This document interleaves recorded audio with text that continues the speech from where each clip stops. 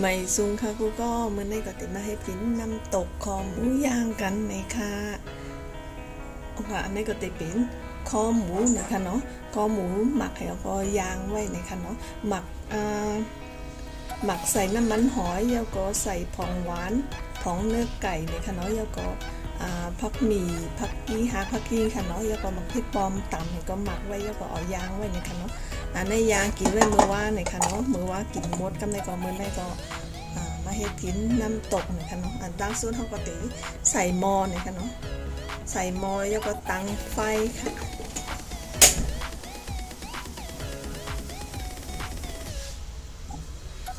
แล้วก็ใส่บ้านน้ำอีกนึงนะคะเนาะเพราะว่าใส่น้ำยังติดแคมค่ะเนาะใส่น้ำอีกนึงค่ะ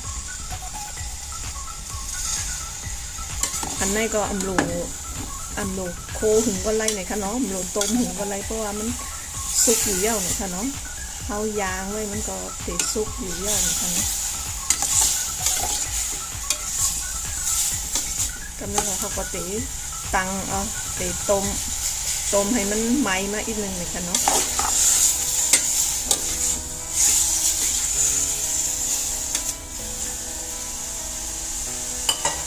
หลังจากน้ำมันพดมาจากไหนเอานะก็ให้หลีไฟอ่อนนะคะเนาะเปิดไฟอ่อนๆไว้นะคะ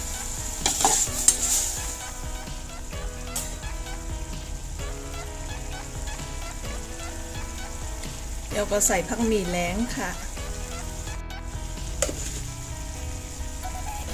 แล้วก็อันนี้ก็ติดเป็นข้าวโคนะคะเนาะใส่ข้าวโคค่ะใส่น้ำปลาค่ะใส่ผงหวานค่ะแล้วก็คือหวานค่ะเนาะแล้วเขาก็ติดคนให้มันเข้ากันเลยค่ะเนาะ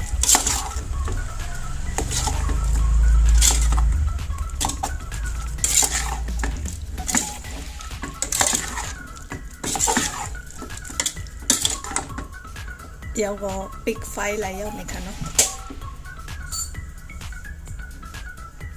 เดี๋ยวก็ใส่มะพริกผงนะคะ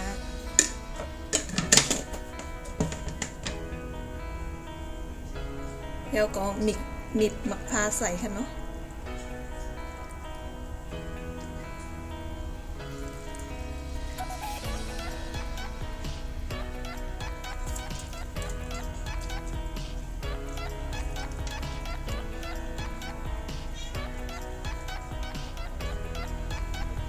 เดี๋ยวก็ใส่ผักหมี่ผักกี้ค่ะเนาะผักหมี่ผักกี้เดี๋ยวก็ผักกี้เมืองเกาะค่ะเนาะ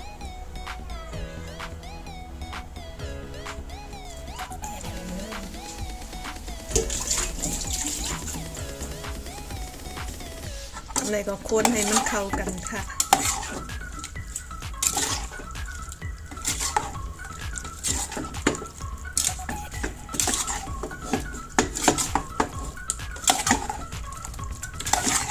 ในค่ะเนาะอันนี้ก็ไรย่างในค่ะเนาะ